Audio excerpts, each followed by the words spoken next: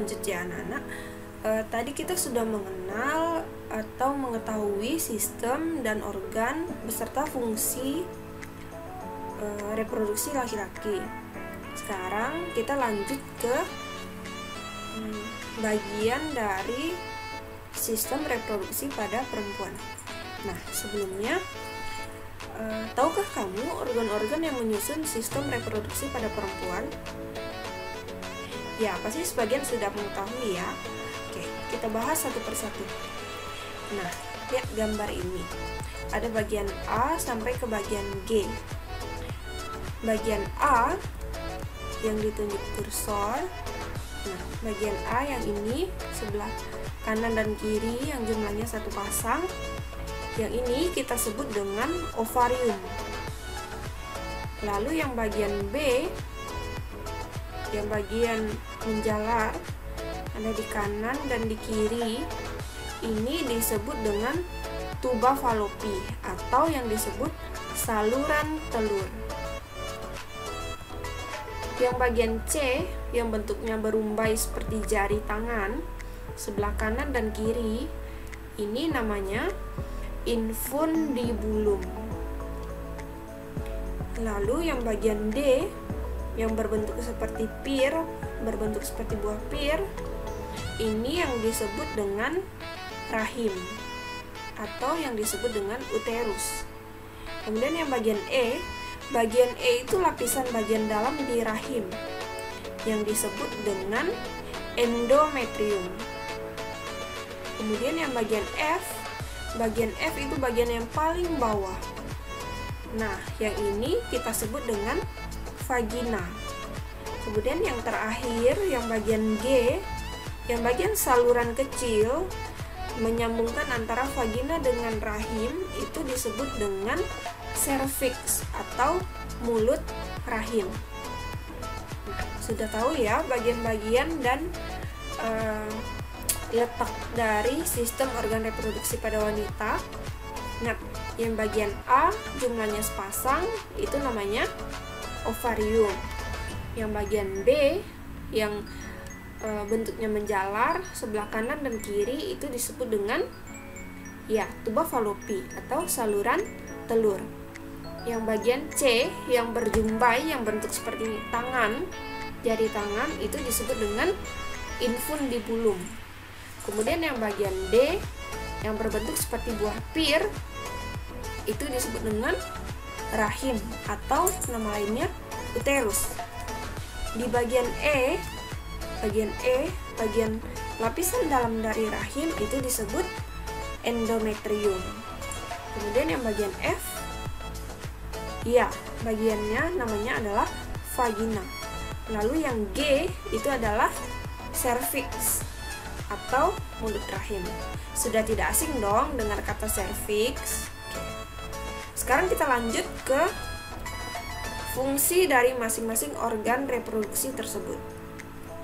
Yang pertama itu ovarium, yang tadi jumlahnya sepasang. Fungsinya itu yang paling penting, ovarium itu untuk menghasilkan sel telur. Nama lainnya adalah ovum. Kalau sel telur di perempuan itu kita sebut ovum. Tapi kalau sel telur di bagian organ reproduksi laki-laki itu kita sebut dengan sperma. Itu perbedaan antara ovum dan sperma. Kemudian yang bagian B tadi ada tuba falopi atau saluran telur. Itu merupakan penghubung antara ovarium dengan rahim. Lalu infundibulum yang bentuk seperti jari-jari tangan, itu adalah pangkal dari tuba falopi yang fungsinya untuk menangkap sel telur.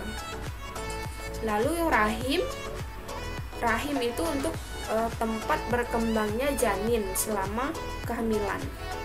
Lalu ada endometrium yang lapisan di dalam rahim tadi, fungsinya itu adalah membatasi rongga rahim. Dan endometrium itu adalah akan meluruh ketika seorang perempuan itu mengalami menstruasi. Lalu yang berikutnya ada vagina.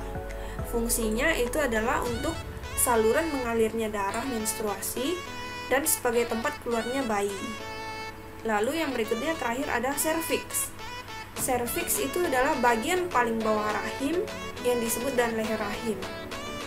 Sudah tahu ya organ dan fungsinya. Sekarang kita lanjut ke ovarium. Ovarium ini karena bagian paling penting akan kita bahas bagian yang menyusun dalam ovarium. Di ovarium itu adalah beberapa bagian. Yang pertama itu ada korpus albikan, lalu ada folikel. Folikel ini yang berkembang. Nantinya setelah matang dia akan menjadi sel telur atau akan menjadi ovum. Lalu yang berikutnya ini lapisan paling luarnya yang kita sebut ovarium tadi.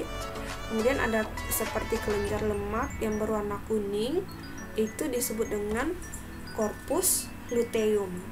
Nah, jadi ingat ya, bagian yang menghasilkan sel telur adalah ovarium.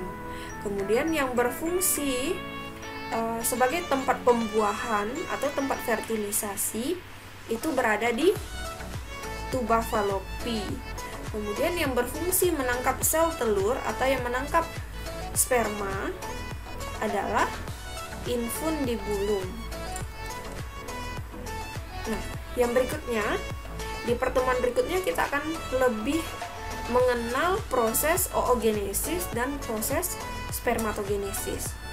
Nah, untuk mengetahui pemahaman kalian, tugas di pertemuan 2 ini adalah yang pertama, kamu menggambar organ reproduksi laki-laki dan organ reproduksi perempuan berdasarkan bagian-bagiannya. Jadi kamu buat di buku catatan, kamu gambar organ reproduksi laki-laki dan organ reproduksi perempuan. Nah, bagian yang kedua, kamu harus membaca materi berikutnya tentang oogenesis. Nah, sekian pembelajaran hari ini. Jadi apa yang kamu dapat hari ini, kamu mengetahui struktur atau organ penyusun reproduksi laki-laki dan perempuan. Kemudian kamu sudah mengetahui fungsi dari masing-masing organ reproduksi tersebut. Dan yang ketiga, kamu mengetahui bagian-bagian penting dalam ovarium beserta fungsinya. Oke. Baca kembali materi di rumah ya.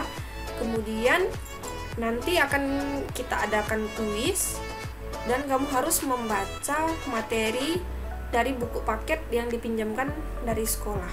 Oke. Tetap jaga kesehatan. Sampai bertemu di pertemuan berikutnya.